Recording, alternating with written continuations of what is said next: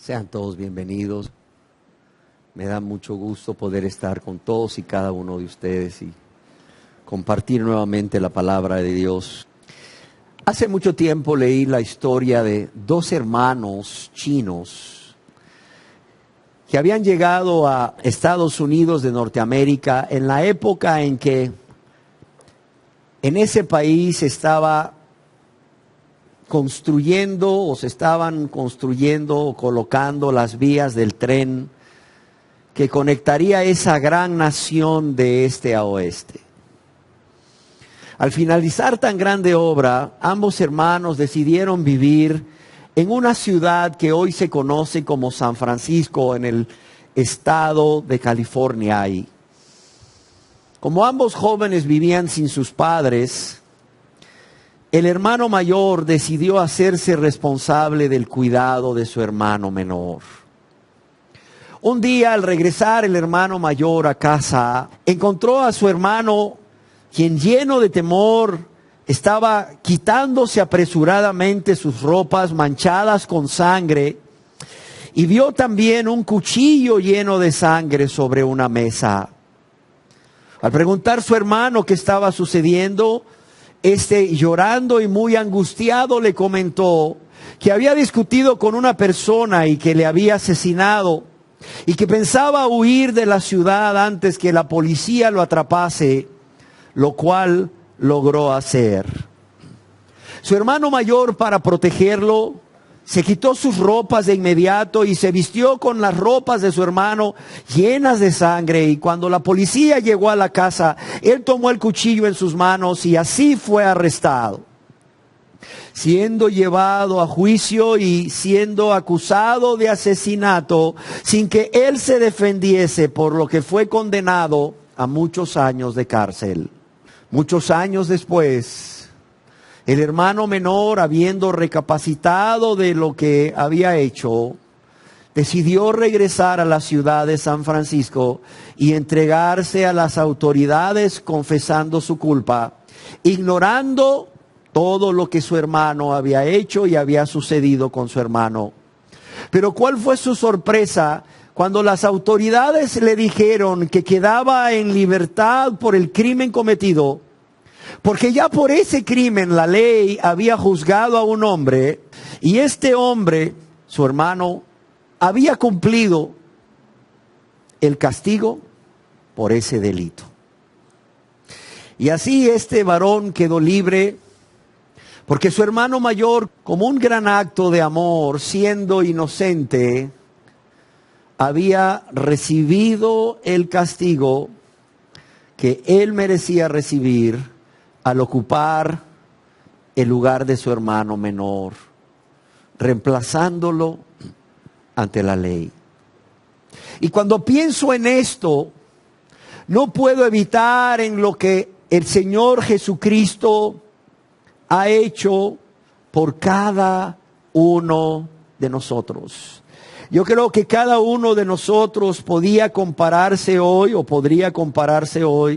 como ese hermano mayor que cometió un delito, que cometió un pecado y que huyó para no enfrentar sus responsabilidades, y que fue después liberado de su culpa por causa de que alguien ocupó su lugar, por causa de que alguien recibió el castigo, y en este caso Jesucristo, que nosotros debíamos recibir. Y es por eso que, partiendo de este ejemplo y esta gran verdad que encontramos en la Biblia, es que he titulado la enseñanza de hoy, Jesús, nuestro sustituto. Y yo quiero invitarles a que juntos leamos en el Evangelio de Juan, allá en el capítulo 11, en el verso 49 y 50, lo que se nos dice. Entonces Caifás, uno de ellos, sumo sacerdote aquel año, les dijo: vosotros no sabéis nada, ni pensáis que nos conviene que un hombre muera por el pueblo y no que toda la nación perezca. Lo voy a leer de nuevo. Entonces Caifás, Uno de ellos, sumo sacerdote aquel año, les dijo: vosotros no sabéis nada, ni pensáis que nos conviene que un hombre muera por el pueblo y no que toda la nación perezca. Hace casi 2000 años, un hombre llamado Caifás, siendo sumo sacerdote en esa época, profetizó que era necesario que nuestro Señor Jesús muriera en lugar de muchos como nuestro sustituto. ¿Y qué significa ser un sustituto? Significa precisamente ocupar el lugar de alguien o bien reemplazar a otra persona. Y es esto lo que el Señor Jesús ha hecho por todos nosotros, por ustedes y por mí. Él ocupó nuestro lugar al morir por nosotros en la cruz del Calvario. Y quizás usted se pregunte, ¿por qué yo necesito a Jesucristo como mi sustituto? Porque todos los seres humanos, pecadores, necesitamos a Jesucristo como nuestro sustituto. Son muchas las razones, pero el día de hoy yo quisiera enumerarles 7 de ellas. La primera razón es porque todos, óigalo bien, todos sin excepción alguna, todos hemos pecado. En la Biblia, la palabra de Dios, en la carta del apóstol Pablo a los Romanos, en el capítulo 3, verso 23, leemos: por cuanto todos pecaron, ¿y qué? Y están destituidos de la gloria de Dios. Dios dice: por cuanto todos pecaron y están destituidos de la gloria de Dios. Aquí leemos cómo un Dios que es santo, pero también justo, hace responsable a todos los seres humanos sin excepción de haber pecado contra él y su prójimo, con la gravísima consecuencia de que por causa de ello están destituidos de la gloria de Dios, lo que es igual a decir que ningún pecador puede gozar de la gloria de Dios por causa de todos sus pecados cometidos contra Dios y su prójimo, hasta que sus pecados hayan sido lavados y limpiados por la fe en Jesucristo.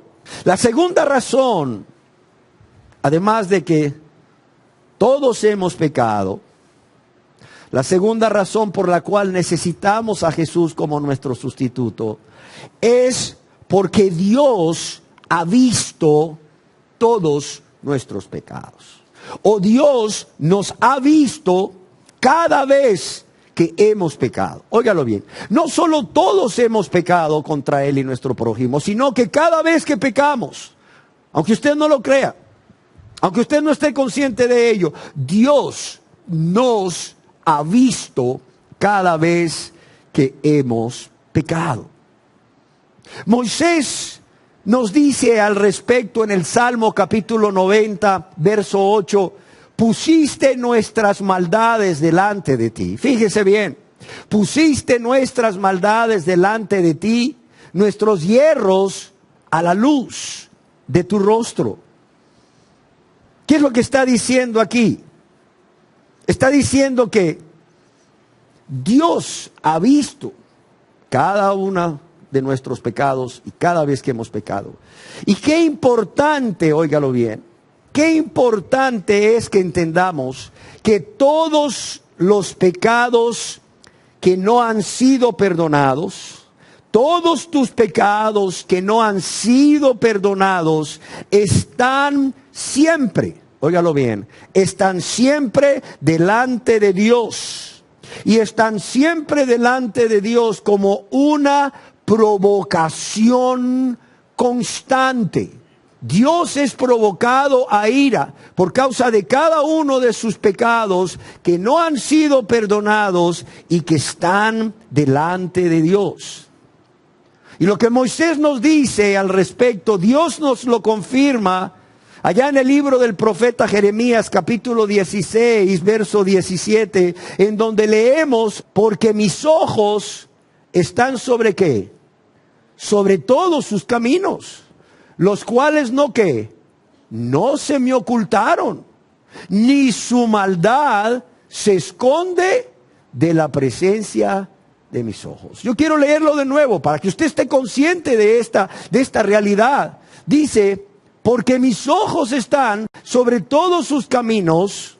Y yo quisiera que personalizáramos este versículo, porque mis ojos, dice el Señor, están sobre todos tus caminos, los cuales no se me ocultaron, ni tu maldad se esconde de la presencia de mis ojos. Yo creo que ya este verso es suficiente para hacernos temblar a todos, especialmente a todas aquellas personas que aún no se han convertido a Dios a través de un sincero y verdadero arrepentimiento y una fe en Cristo Jesús para perdón de pecados. Yo quiero decirles que Dios ha visto todos nuestros pecados y todas las maldades están delante de sus ojos. ¿Por qué razón? Porque Él es omnipresente. Porque Él es omnipresente. Y esto significa que Él está en todo lugar. El escritor de Proverbios nos dice a este respecto, en Proverbios capítulo 15, verso 3, mis ojos están ¿dónde? En todo lugar. Dice, mis ojos están en todo lugar, mirando ¿a quién? A los malos y a los buenos.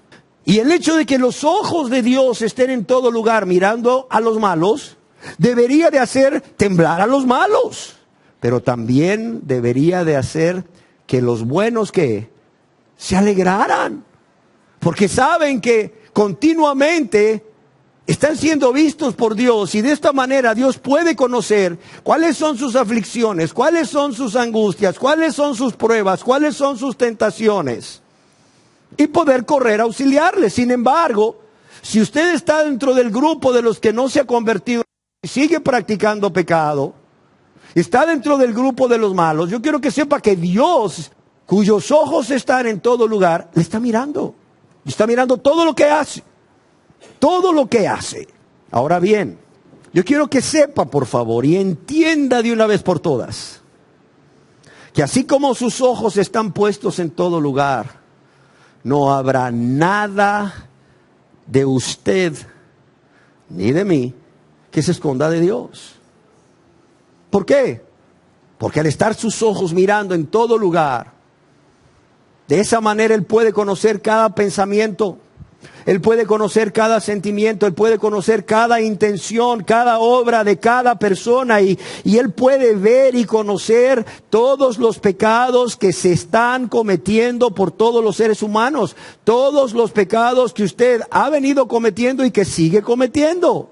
Y esto no solo el escritor de Proverbios nos lo dice, sino que Dios mismo nos lo confirma a través del profeta Jeremías en el capítulo 23, verso 24, dice: ¿se ocultará alguno, dice Jehová, en escondrijos que yo no lo vea? Y aquí me da risa que luego los moteles, se han fijado, están fuera de la ciudad, aunque ahora ya ni tanto, ahora ya están en la mera ciudad, pero antes estaban fuera de la ciudad y estaban ahí todos cubiertos como, ¿verdad? Como si el adúltero o la adúltera podía esconderse de su cónyuge y de Dios. No, dice Dios, ¿se ocultará alguno, dice Jehová, en escondrijos que yo no lo vea? Y mire la pregunta: ¿no lleno yo, dice Jehová, el cielo y la tierra? Él está en todo lugar, Él es omnipresente. ¿No lleno yo todo el cielo y la tierra? Y es por esta razón que ni el carácter ni la conducta del ser humano puede esconderse del ojo divino que todo lo ve. Amén. La tercera razón por la cual necesitamos a Jesús como un sustituto, y usted necesita, si no se ha convertido a Dios, a Jesús como un sustituto, no solamente porque usted ha pecado, porque Dios ha visto todos sus pecados, sino porque todos esos pecados han sido anotados por Dios en los libros de los cielos. Óigalo bien. Todos esos pecados cometidos han sido anotados por Dios en los libros de los cielos. En Apocalipsis capítulo 20, verso 12, leemos: y vi a los muertos grandes y pequeños de pie, ¿ante quién? ante Dios. ¿Y qué dice aquí? Y los libros fueron ¿qué? Abiertos. Y otro libro fue abierto, el cual es el libro de la vida. ¿Y qué dice aquí? Y fueron juzgados los muertos. ¿Por qué? Por las cosas que estaban escritas en los libros, según sus obras. Yo quiero que lo lea. Dice, y fueron juzgados los muertos por las cosas que estaban escritas en los libros, según sus obras.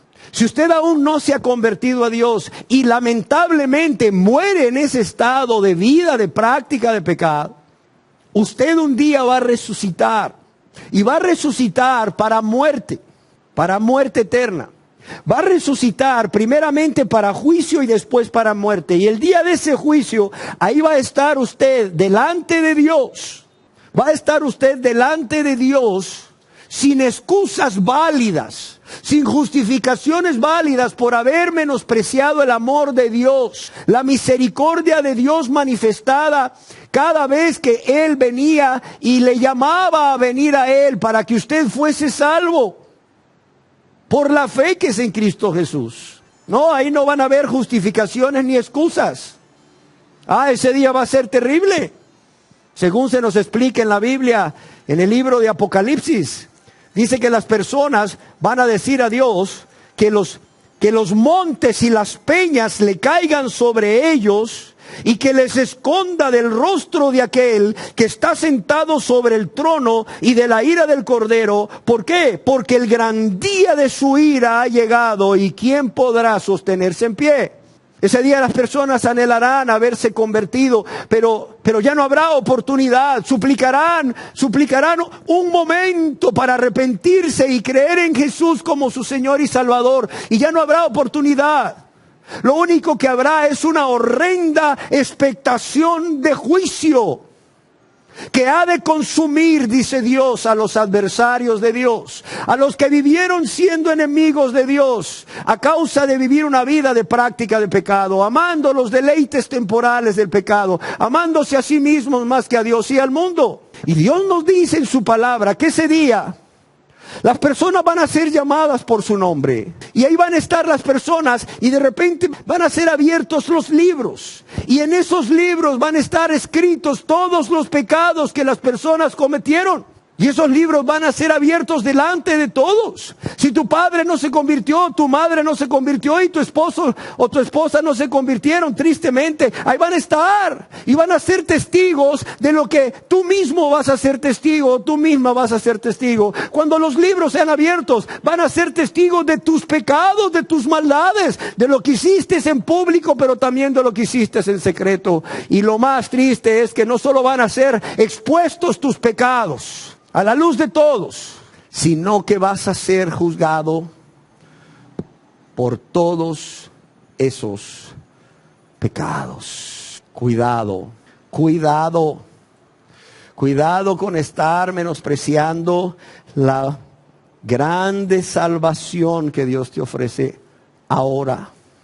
Y al bendito y divino Salvador que Dios ha enviado para salvarte ahora, que hay tiempo para arrepentirse y convertirse a Él, para que todos sus pecados sean librados. Porque va a llegar un día, el día del juicio, del trono blanco como se le conoce, en que usted va a suplicar un momento, una oportunidad para arrepentirse y convertirse y no se le será dada, para nada se le será concedida. La cuarta razón de por qué necesitamos a Jesucristo como nuestro sustituto es porque no solamente Dios ha visto nuestros pecados y los ha ido anotando, o se han ido anotando más bien en los libros de los cielos, sino porque Dios escudriña la mente y prueba el corazón para dar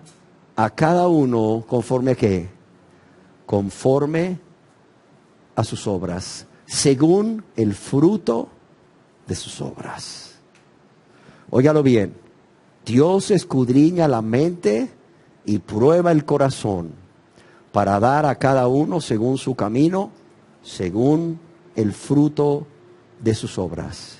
Acompáñenme por favor al libro del profeta Jeremías en el capítulo 17, en el verso 9 y 10. Dice, engañoso es el corazón más que todas las cosas, ¿y qué? Y perverso. ¿Quién lo conocerá? ¿Quién lo conocerá? Yo Jehová. Así responde Dios a esta pregunta. Dice, yo Jehová, que escudriño la mente y pruebo el corazón. ¿Para qué? Para dar a cada uno según su camino, según el fruto de sus obras. Yo Jehová, que escudriño la mente y pruebo el corazón, para dar a cada uno según su camino, según el fruto de sus obras. ¿Qué nos dice aquí Dios?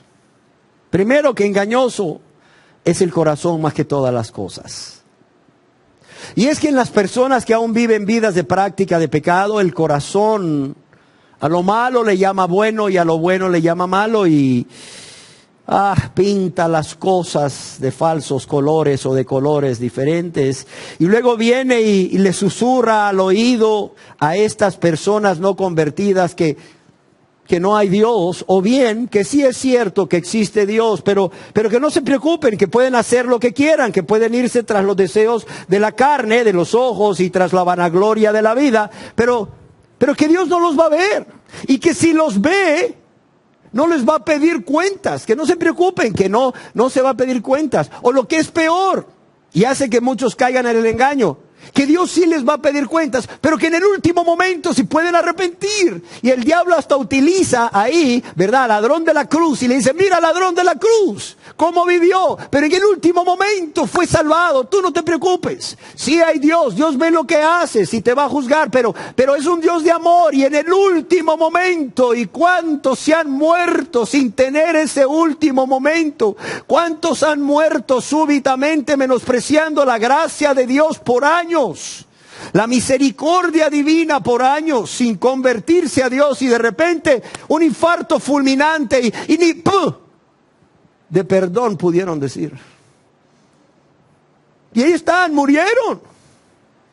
Y luego los familiares dicen, es que mire la sonrisa que tiene ahí en el rostro, en el ataúd, es que murió en paz con el Señor. No, hombre, qué fabuloso trabajo hicieron los de la funeraria.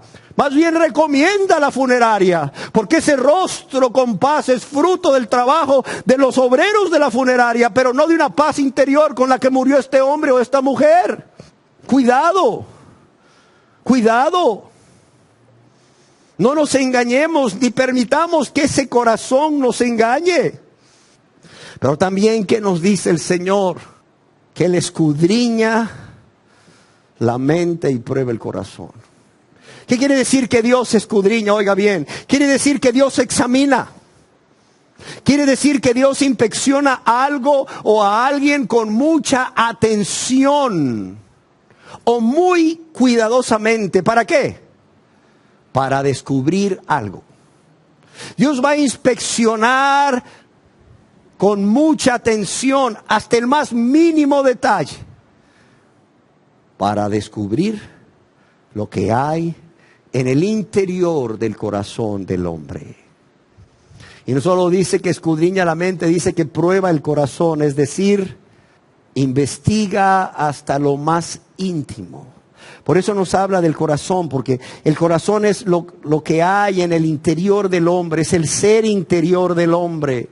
Dice que prueba, investiga lo que hay hasta en lo más íntimo del ser humano. Cuidado, cuidado. La quinta razón por la cual necesitamos un sustituto o a Jesús como nuestro sustituto es que, a diferencia de muchos que se creen buenos o no tan malos, o mejor que otros, o menos pecadores que otros, y por eso creen que pueden dejar para mañana el convertirse a Dios, y así mañana dicen mañana, y así mañana dicen mañana, y pasa una semana, un mes y un año. Dios nos dice que la quinta razón es que no hay justo ni aun uno, por muy buenos que se vean.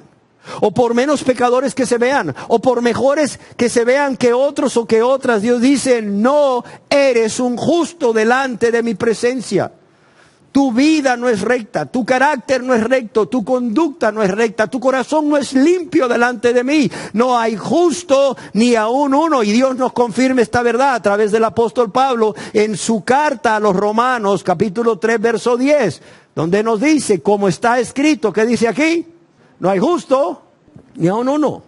Y este texto, quiero aclarar, ha sido tomado fuera de contexto para decir, no, es que nadie puede vivir una vida agradable a Dios porque no hay justo ni aún uno. No, es que nadie puede ser santo como Dios demanda porque no hay justo ni aún uno. No. Dios está hablando de quién? Está hablando de judíos y está hablando de gentiles. Está hablando de los dos grupos que conforman la humanidad. Personas no convertidas a Dios. Y cuando una persona no está convertida a Dios, la realidad es que, aunque no le guste a muchas personas, es que su vida no está justa. No es justo. O sea, Dios mira esa vida y la mira torcida, la mira perversa, la mira malvada.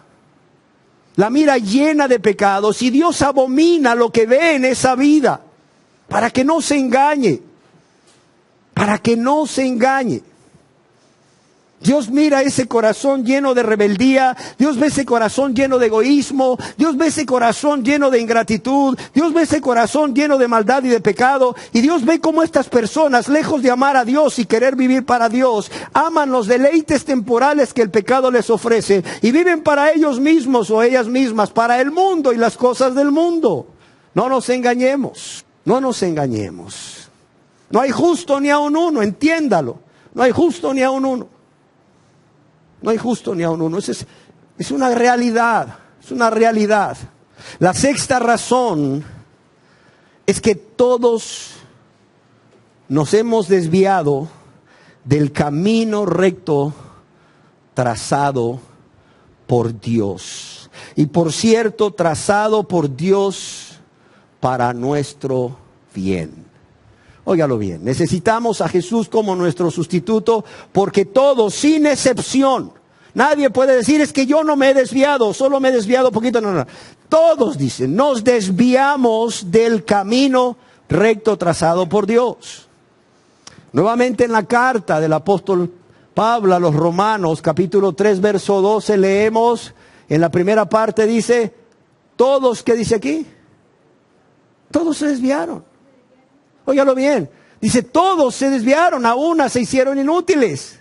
Dice, no hay quien haga lo bueno, no hay ni siquiera uno. Luego yo encuentro a gente que me dice, ay, es que fíjese que fulano de tal es bien bueno. ¿Por qué es bueno? Porque hace cosas buenas. Fulano de tal es un buen padre, es una buena madre, es un buen hijo, es un buen amigo. Oiga, ¿está convertido a Dios? No está convertido a Dios. Entonces no se equivoque, no se equivoque. ¿Por qué? Porque no hay quien haga lo bueno. Y si no hay quien haga lo bueno, sin Dios en su vida, no hay bueno, es mentira. La persona comienza a ser justa, a ser recta, a ser buena desde el mismo momento en que todos sus pecados son perdonados, son lavados y limpiados por la sangre de Cristo, la preciosa sangre de Cristo derramada en la cruz del Calvario, en el momento de la conversión. Antes puede haber un cambio parcial externo. Antes puede haber, no lo sé, el deseo de hacer las cosas mejor que antes, buenos propósitos, buenas intenciones, pero no hay quien haga lo bueno. ¿Por qué? Porque todos se desviaron del camino. Y mientras estén fuera del camino de Dios, aún se hacen inútiles. Por tanto, no hay quien haga lo bueno, no hay ni siquiera uno. Y si no hay quien haga lo bueno, no hay buenos. No nos engañemos. Por esta razón es que antes de convertirse a Dios, no hay quien viva una vida recta, una vida agradable a Dios. Yo no sé si recuerdan lo que escribió el profeta Isaías cuando dijo, todos nosotros nos descarriamos como ovejas, ¿sí o no? Todos nosotros, dice, todos nosotros. todos nosotros nos descarriamos como ovejas, cada cual de manera consciente, de manera voluntaria, de manera egoísta y por rebeldía y falta de amor a Dios y al prójimo, cada cual, ¿qué dice? Se apartó, ¿por qué? Por su camino. Alguien escribió: cada ser humano sigue sus propios caminos para pecar. Cada ser humano sigue sus propios caminos para pecar. Y al pecar, nos hemos extraviado como las ovejas, animal que es incapaz de por sí de volver al rebaño. Animal que es incapaz de por sí o por sí mismo o por sí solo de volver al rebaño. Por eso es que necesitamos un sustituto. Y ese sustituto es Cristo. La séptima razón es porque no podemos hacer nada. Yo quiero que nos quede bien grabado. No podemos hacer nada para salvarnos a nosotros mismos. No podemos hacer nada para huir de la condenación eterna. Hay religiones que estimulan las obras o las buenas obras, como si alguien sin Cristo pudiera hacer buenas obras. Ya lo leímos, ¿verdad que no se puede? Pero bueno, los enseñan ahí que a través de obras pueden alcanzar la misericordia de Dios, el perdón de los pecados. Otras religiones enseñan, o la misma religión enseña, que a través del sufrimiento de la persona aquí en esta tierra puede alcanzar méritos delante de Dios para ser perdonado por Dios, lo cual es completamente equivocado. El perdón de todos nuestros pecados, amados y amadas, no es algo que podamos ganar, o no es algo que pueda ganarse, o que podamos obtener por obras que llevemos a cabo, o por cosas que dejemos de hacer ante Dios o delante de Dios. En la carta a los Efesios, capítulo 2, verso 9, el apóstol Pablo es muy enfático y nos dice claramente, hablando acerca de la salvación, del perdón de todos nuestros pecados, ¿qué dice aquí? No por obras. ¿Para qué? Para que nadie se gloríe, está claro, dice, no es por obras. La salvación no es por obras para que nadie se gloríe. Y si no es por obras, es por gracia, es por medio de un favor que Dios nos hace, un favor inmerecido, por cierto. Y una razón por la cual las obras quedan excluidas en la salvación de todo ser humano es para impedir lo que aquí dice, para impedir que podamos gloriarnos o que podamos alabarnos por haber obtenido tan grande salvación por nuestros méritos, o para evitar que presumamos que esta salvación que Dios nos da es por un logro nuestro. De modo que la gloria ya no viene a ser para Dios, sino que viene a ser para los hombres. Y es que, amados y amadas, yo no sé si usted se ha puesto a pensar que si alguien pudiese ser salvo por sus propias buenas obras, entonces tendría razón para gloriarse delante de Dios, lo cual es imposible. Y en segundo lugar, si alguien pudiese ser salvo por sus propias buenas obras, entonces la muerte de Cristo fue innecesaria, ¿sí o no? Si las personas pudieran salvarse a sí mismas haciendo buenas cosas o dejando de hacerlas, si es que en verdad se pudieran hacer buenas obras, porque no hay quien haga lo bueno antes de convertirse a Dios, ya lo leímos, pero si la persona pudiera hacer esto, entonces yo pregunto, ¿para qué murió Jesús? ¿Para qué murió Jesús en esa cruz? ¿Y para qué murió de tal manera? Si no era necesario, si habían otros medios, si había una vía alterna, si había un plan B, si había un plan B, que los hombres podían echar mano de ello, y es hacer buenas obras. Pero todos sabemos que la razón por la cual Cristo murió es ¿por qué? Porque no había otra forma. No existía ni existirá otra forma en la que los pecadores culpables puedan ser salvos. Amén.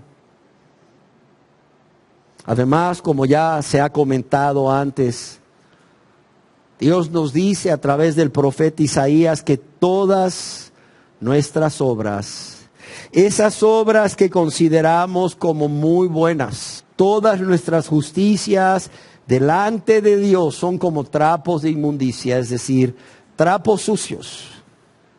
Y aquí el ejemplo es los trapos que usaban las mujeres cuando estaban en su periodo menstrual, los cuales eran considerados inmundos o contaminados según la ley. ¿Sí queda claro por qué necesitamos un sustituto? ¿Sí queda claro por qué ustedes y yo mismo necesitamos un sustituto? Ahora pregunto, si usted y yo necesitamos un sustituto, entonces, porque no nos podemos salvar a nosotros mismos, hay esperanzas para el pecador. ¿Qué dicen ustedes? ¿Hay esperanza para el pecador? Amén, claro que la hay. Claro que la hay.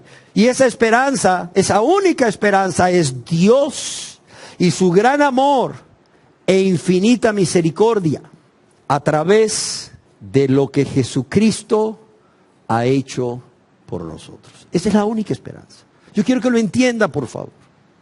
La única esperanza que tiene el pecador para ser salvo es Dios, es la persona de Dios y lo que Él ha hecho a través de Jesucristo y lo ha hecho por su gran amor y por su infinita misericordia. No porque Dios estuviese obligado a hacerlo, créamelo y entiéndalo, no es por eso. Ni porque nosotros lo mereciésemos, no. Ya vimos, no hay justo ni aun uno, no hay quien haga lo bueno. Ya lo vimos. Todos nos descarriamos, a una nos volvimos inútiles. En la carta del apóstol San Pablo a los Colosenses, capítulo 2, verso 13 y 14, leemos: y a vosotros, estando muertos en pecados y en la incircuncisión de vuestra carne, Dios, se sobreentiende, os dio vida juntamente con Él, con Jesús, ¿qué dice aquí? Perdonándoos todos los pecados. Yo quiero que leamos juntos el verso 14, dice: anulando el acta de los decretos que había contra nosotros, que nos era contraria, quitándola de en medio y clavándola en la cruz. ¿Qué hizo Dios en su gran amor e infinita misericordia a través de la persona de Jesús para poder perdonarnos todos nuestros pecados? Bueno, para responder esta pregunta, yo deseo que pongamos toda nuestra atención en ese verso 14 que dice: anulando el acta de los decretos que había contra nosotros, que nos era contraria o que nos culpaba y nos condenaba, quitándola de en medio y clavándola en la cruz. ¿Qué quiere decir todo esto? En primer lugar, que Dios ha anulado o ha cancelado, ha puesto un sello de cancelado, el acta de los decretos que nos era contraria, o la lista de todos los cargos, oiga bien, los que son abogados quizás lo pueden entender mejor, la lista de todos los cargos que había contra nosotros por cuanto habíamos desobedecido la ley moral de Dios, escrita en las Sagradas Escrituras o bien grabada en nuestros corazones y de la cual nos da testimonio nuestra conciencia, pecando una y otra vez y de manera consciente y voluntaria. En otras palabras, existe un acta que nos es contraria, una lista de muchos cargos en contra nuestra. ¿Y cuál es el origen de esa interminable lista de cargos en contra nuestra? Bueno, nuestros pecados. Cada vez que cometimos un pecado delante de Dios y que la persona no convertida sigue cometiendo pecados delante de Dios, siguen anotándose en esa lista. Y la lista sigue haciéndose cada vez más grande. El acta de los decretos que les es contraria, la lista de cargos que hay contra él y ella se hace cada vez más grande. Pero aquí nos dice que Dios ha anulado esa acta de los decretos o esa lista de cargos que hay contra nosotros. Para comprenderlo mejor debemos entender que esta es una metáfora de lo que Dios ha hecho por nosotros a través de Jesucristo. Y como decíamos, debemos entender que los pecados cometidos por cada persona han ido alargando esa lista interminable de deudas que ellos o ellas tienen con Dios y de los cuales son conscientes en mayor o menor grado. El significado literal de la palabra acta que aquí se usa, el acta que nos era contraria, se traduce como un manuscrito de papiro, por ejemplo, que era muy común en esa época, o de piel de animales. Y esta acta o manuscrito no es más que un certificado de deuda, o lo que conocemos hoy en día como un pagaré. Y esta acta o certificado de deuda o pagaré se escribía a mano, y a través de esta acta o pagaré el deudor reconocía su deuda. Nunca olvidemos que por cuanto todos hemos pecado, todas las personas hemos tenido una deuda con Dios. Todos. Una deuda con Dios, la cual nos ha resultado imposible de pagar por nosotros mismos. Y es por esa razón que antes de convertirnos a Dios, estamos bajo sentencia de ¿qué? De muerte. Y lo que el apóstol Pablo aquí está hablando para describirnos la misericordia de Dios, es que está haciendo una comparación gráfica entre el perdón que Dios concede. Lo que el apóstol Pablo está haciendo aquí es una comparación gráfica entre el perdón. Lo que el apóstol Pablo aquí está haciendo es estableciendo una comparación gráfica entre el perdón que Dios concede a los creyentes de sus pecados o por sus pecados y la eliminación de la tinta que estaba fijada en un papiro o en el pagaré. Y es que en ese entonces, esa tinta que se usaba en la antigüedad no contenía los ácidos que hoy contiene. Por tanto, esta se secaba rápidamente sobre la superficie del papiro sin descomponer la textura de este, y lo que estaba escrito sobre él podía ser borrado con una esponja. Y como la tinta quedaba nada más en la superficie, este papiro o este manuscrito quedaba como nuevo, como si nadie hubiese escrito nada anteriormente. Y es así, de esta manera, que cuando una persona comete pecado, se va escribiendo deuda tras deuda con Dios.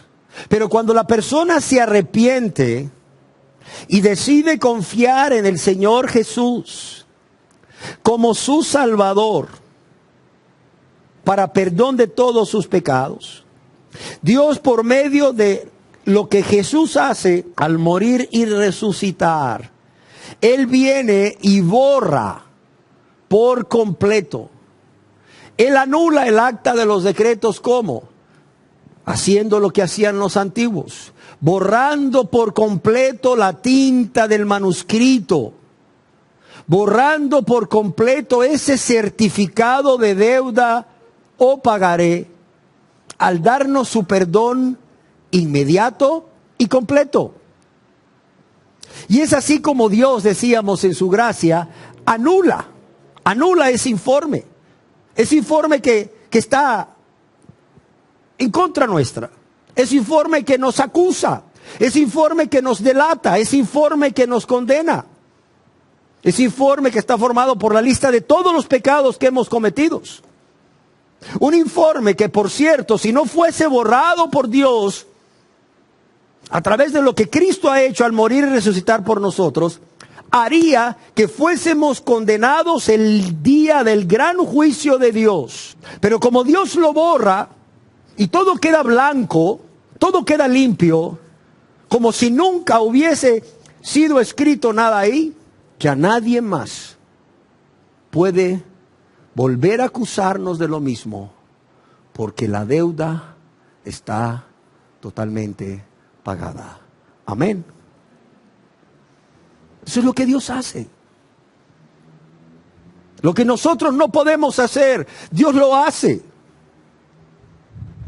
Es más, lo que nosotros no podemos hacer, Dios ya lo hizo. Solo tenemos que creer. Solo la persona tiene que arrepentirse y creer en Jesús. ¿Para qué? Para que eso sea efectivo a él o a ella. Es más, Dios en su gran amor, por su pura misericordia, Él está dispuesto a que todo eso sea borrado y que no quede nada escrito ahí. Y todo gracias a lo que Jesús hizo al morir y resucitar por todos nosotros. Pero cuántas personas cada día menosprecian esa oportunidad que Dios les da de arrepentirse y creer en Jesús como su único y suficiente Salvador, para que todo eso que está escrito en ese manuscrito, para que ese pagaré, para que esa lista que le acusa, que le condena, que saca toda la maldad a la luz, sea borrada. ¿Y sabes qué hacen las personas? Menosprecian. Menosprecian.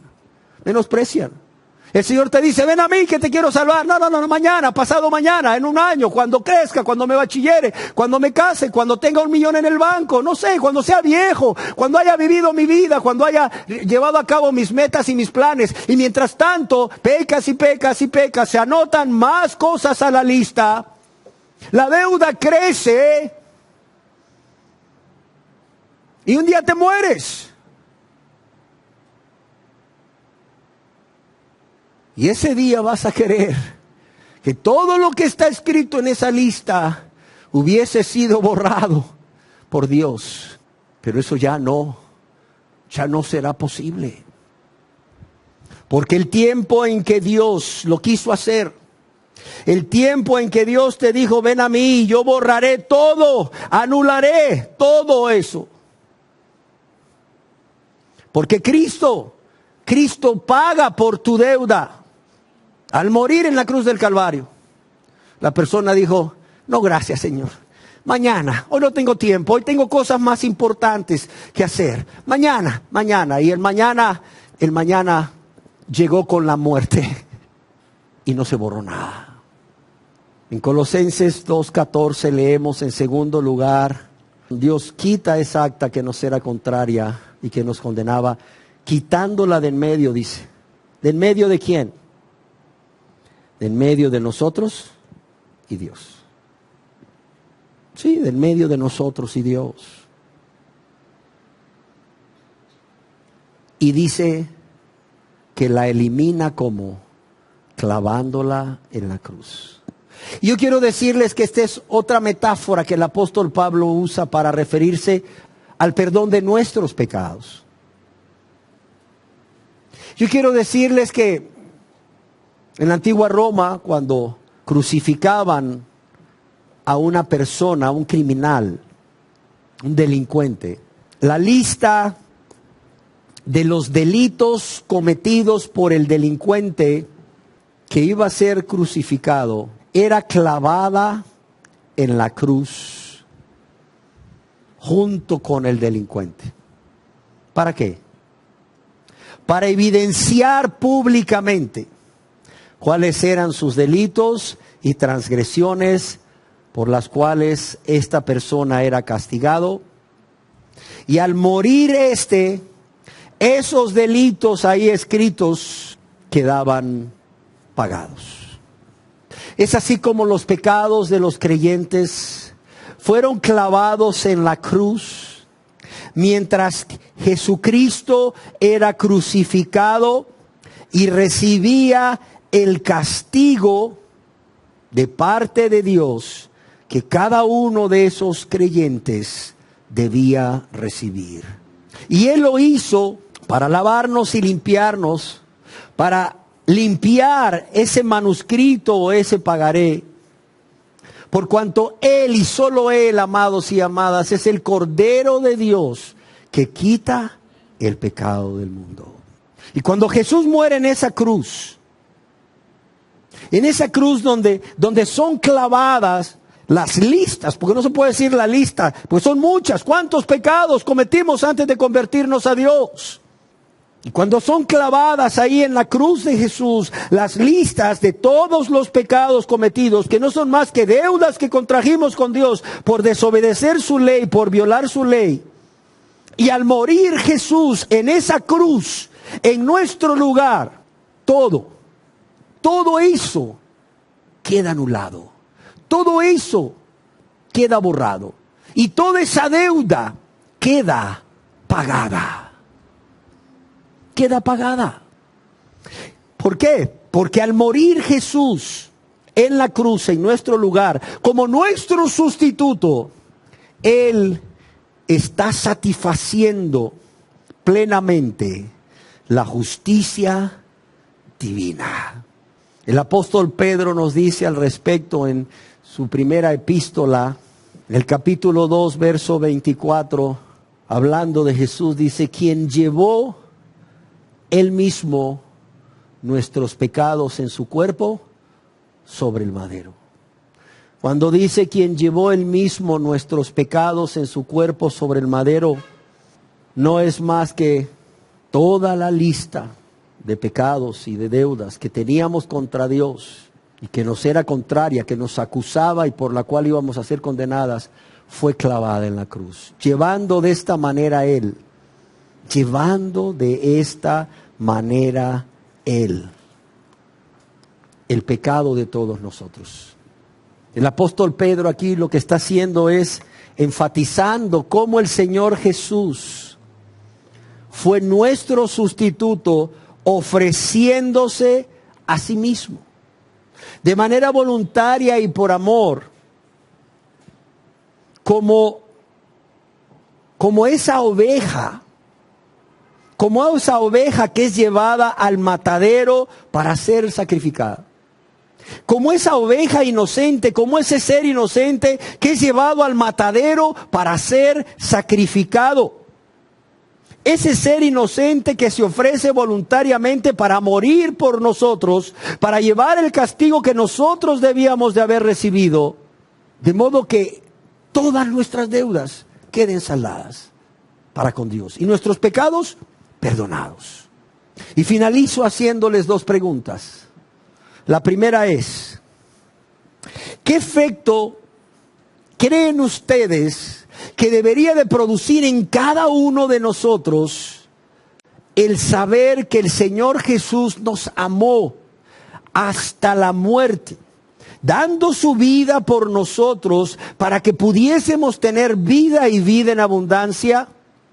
Al recibir el castigo de Dios que nosotros deberíamos haber recibido y así pagar esa deuda que nosotros teníamos con Dios y que no podíamos pagar, anulando el acta de los decretos o cancelando ese pagaré por el cual seríamos sentenciados a muerte eterna el día del juicio final con su propia muerte al ser nuestro sustituto. ¿Cuál debería de ser la reacción o el efecto que creen ustedes todo esto debería de producir en cada uno de nosotros? ¿Quién me ayuda?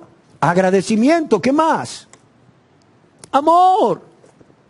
Creo que el efecto inmediato debería de ser amarle en primer lugar con todo nuestro corazón, con toda nuestra alma, con toda nuestra mente y nuestras fuerzas. Y en segundo lugar, estar muy, pero muy agradecidos con Él por todo lo que Él hizo y sigue haciendo por nosotros, ¿sí o no? Pero también debería ser para aquellos que no se han convertido a Dios, entregarse a Él de manera inmediata, sin seguir menospreciando su amor, su misericordia, su gracia y su bendito Salvador que Él ofrece.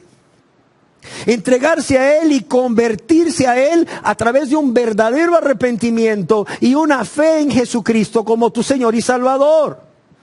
Además de eso, vivir para Él. Vivir para aquel que murió y resucitó por nosotros. Y cuando digo vivir para Él, ¿vivir cómo? ¿Qué clase de vida?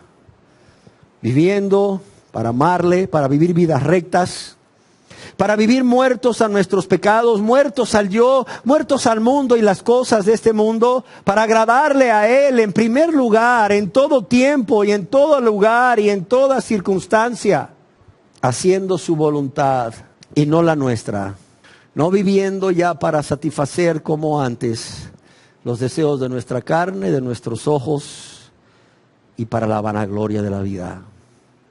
En la primera epístola del apóstol Pedro, capítulo 4, verso 1 al 3, leemos, fíjese bien, dice, puesto que Cristo ha padecido ¿por quién? Por nosotros en la carne, puesto que Cristo ha padecido por nosotros en la carne, es decir, ha sufrido por nosotros en su cuerpo, vosotros también armaos del mismo pensamiento. Pues quien ha padecido en la carne terminó con el pecado. ¿Para qué? Para no vivir el tiempo que resta en la carne. Para no vivir el tiempo que resta en la carne conforme a las concupiscencias de los hombres o las pasiones de los hombres, sino conforme a ¿qué? A la voluntad de Dios. Y miren lo que dice aquí el apóstol Pedro. Baste ya el tiempo pasado. Ya el tiempo pasado que vivieron pecando contra Dios, ya debe de ser suficiente para ustedes. Ya no más. Baste ya el tiempo pasado para haber hecho lo que agrada a los gentiles y no a Dios. ¿Andando en qué? En lascivias, concupiscencias, embriagueces, orgías, disipación y ¿qué? Y abominables idolatrías. ¿Qué es lo que nos dice el apóstol Pedro parafraseando? Bueno, puesto que Cristo ha padecido o experimentado sufrimiento por nosotros en la carne, en su cuerpo, dice que nosotros también deberíamos de armarnos del mismo pensamiento, es decir, deberíamos de prepararnos para estar listos para sufrir también, pues quien ha padecido en la carne terminó con el pecado, o el que está listo o preparado para sufrir por causa de Cristo y por causa de vivir una vida agradable a Él, seguramente va a salir victorioso de la tentación y del pecado. Pero ¿qué nos está diciendo el apóstol Pedro? ¿Qué es lo que debe de motivarnos? Puesto que Cristo padeció por nosotros. O sea, ¿qué es lo que debe de llevar a una persona a armarse del mismo pensamiento y a decir, si Cristo sufrió por mí, ¿cómo yo no voy a sufrir por Él? Por hacer su voluntad, por amarlo sobre todas las cosas, por extender su reino. ¿Cómo no voy a vivir una vida agradable a Él? ¿Qué es lo que debería de motivarnos a esto? El amor a aquel que ya padeció por nosotros, que se entregó primeramente por nosotros, para anular el acta de los decretos que nos era contraria, quitándola del medio y clavándola en la cruz. Y continúa diciendo el apóstol Pedro, para no vivir el tiempo que resta en la carne. O sea, para ya no seguir malgastando más tu tiempo, viviendo tras los apetitos o viviendo para satisfacer los apetitos de la carne, o los deseos pecaminosos de la carne y de los ojos, sino al contrario, vivir conforme a la voluntad de Dios, deseosos de hacer su voluntad. Y como leíamos, baste ya el tiempo pasado. Ya es suficiente, ya no más. Pon un alto, dice Dios, pon un hasta aquí. Pon un hasta aquí, ya viviste lo que viviste, ya se acabó. De ahora en adelante, a arrepentirte, a convertirte y a vivir para Dios. ¿Por qué? Porque Él te amó hasta la muerte y muerte en la cruz. Porque Él ha padecido por ti, para que tú no padezcas los sufrimientos de la condenación eterna. Porque Él ha padecido por ti, ha sufrido en su cuerpo en la cruz del Calvario, para que tengas vida y vida en abundancia. Anulando esa lista o esa acta o todos esos pagarés de deuda que tú tenías para con Dios y que no podías pagar y que te acusaban y que por ellas serías condenado. Y luego el apóstol menciona una serie de pecados comunes en aquel entonces y hoy en día, como son lascivias, inmoralidad, concupiscencias. Es decir, vivir gobernados por las pasiones sexuales fuera del matrimonio. Embriagueces, dice, borracheras, orgías, fiestas desenfrenadas y disipación, o vivir entregados a los placeres de este mundo, y finaliza diciendo abominables idolatrías que no necesitan mucha explicación. Y una vez que estamos claros con respecto a la primera pregunta de cuál debería de ser el efecto que debería de producir en nosotros todo lo que Cristo hizo, yo quiero hacer una segunda pregunta. Ya sabemos cuál debería de ser el efecto que debería de producir en nosotros. Pero la segunda pregunta es, ¿cuál es el efecto que ha producido en usted? ¿Cuál es el efecto que estas verdades, el saber estas cosas, han producido en la vida de cada uno de los que estamos aquí presentes? Y cuando pregunto cuál ha sido el efecto que ha producido en usted, yo espero, créamelo de todo corazón, que usted sea sincero, que usted sea sincera al responder esta pregunta. ¿Por qué? Porque su respuesta habla del estado de su corazón. La respuesta que usted dé acerca de cuál ha sido el efecto que esto ha producido en usted, habla del estado de su corazón.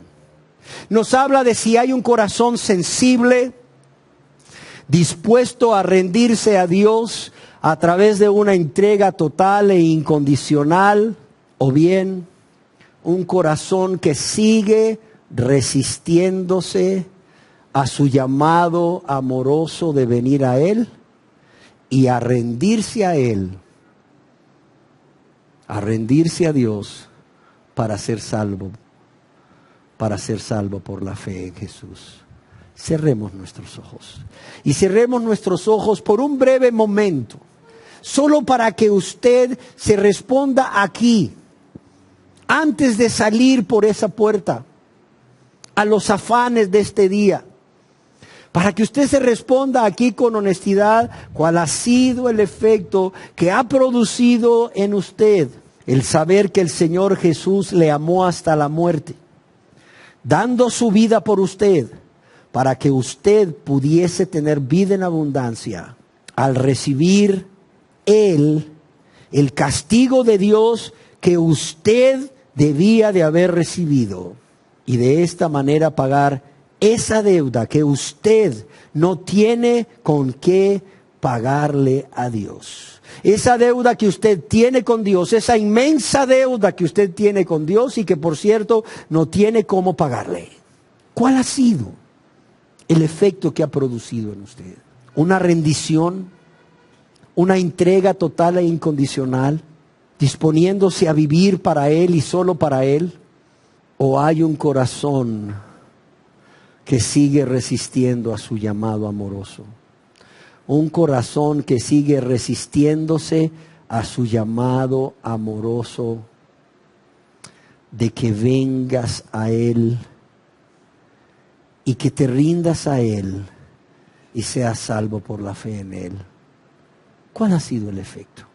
Usted lo sabe. Usted lo sabe. Dios quiere que el efecto que esto produzca a partir de hoy sea el amarle con todo su corazón, alma, mente y fuerzas. El que usted esté agradecido con Él por todo lo que Él ya hizo y ha seguido haciendo, y que ese amor y esa gratitud le lleven a entregarse a Él, a convertirse a Él a través de un verdadero arrepentimiento y una fe en Jesucristo como su Señor y Salvador. Y que a partir de hoy usted pueda vivir para Él. Pueda morir a usted así como Él murió por usted, y pueda vivir para Él. Porque Él es digno, porque Él se lo merece, porque es lo justo, es lo correcto. Amén. Pero esa es una decisión que solo usted puede tomar. una decisión que solo usted, querida persona que está aquí, que hasta el día de hoy no la ha tomado, puede tomar. Es una decisión entre usted y Dios. Es una decisión que puede tomar en este mismo momento, aquí en este lugar. O bien puede hacerlo en su casa, en la quietud de su casa. En la quietud de un lugar apartado en su casa. Para hablar ampliamente con Dios, para abrir su corazón a Dios. Ya Dios hizo su parte. Mandó a morir a su Hijo amado por usted. Ya Dios hizo su parte anulando el acta de los decretos que le era contraria, a través de lo que Cristo hizo al morir en la cruz. Clavando esa acta en la cruz del Calvario. Clavando su acta en la cruz del Calvario. Como si Cristo hubiera sido el culpable de todo lo que estaba ahí escrito. Habiendo sido usted, habiendo sido yo. Ya Dios lo hizo. Por cierto, yo ya tomé mi decisión. Ahora es usted quien tiene que tomar su decisión. Y permanecer en esa decisión con la ayuda de Dios. Dios es el más interesado que usted lo haga. Pero tiene que tomar una decisión. Y disponerse con la ayuda de Dios a permanecer en esa decisión. Si usted no lo hace, usted no puede culpar a Dios de injusto si Dios le condena. Porque la oportunidad de que el acta que le es contraria, que le acusa, que le condena, a través de lo que Cristo hizo, está ahí. La oportunidad está ahí hoy, ahora. Pero es usted quien tiene que decidir. Si cree en aquel que murió por usted, en su lugar, como su sustituto, o menosprecia una vez más la oportunidad. Señor, gracias te damos por tu palabra y por tu amor. Gracias te damos, Señor, porque a través de lo que ha hecho tu Hijo amado Jesús, tú has hecho por nosotros lo que nadie podía hacer, Señor. Pero aquí estamos, Señor. Aquí estamos necesitados de tomar una decisión. Una decisión personal. Una decisión consciente y voluntaria por amor y gratitud. Y esta decisión es, o se rinden a ti, o te menosprecian, Señor. O se rinden a ti, o te menosprecian. Yo te ruego, Señor, que la decisión que tomen sea que se rindan a ti, Señor, por tu gran amor y misericordia, y que ya no sigan menospreciándote. Padre, yo te lo suplico, Padre, yo te lo ruego en el nombre precioso de Jesús, para que sea hecho, Señor, para que sea hecho. Ven a traer, Señor, salvación en medio de nosotros. Ven a anular el acta de los decretos que les es contraria a muchos en este lugar hoy, Señor, por medio de la fe que ellos depositen en tu Hijo amado Jesús, quien murió en lugar de ellos como su sustituto. Padre, te lo ruego, te lo suplico, en el nombre de Jesús. Amén.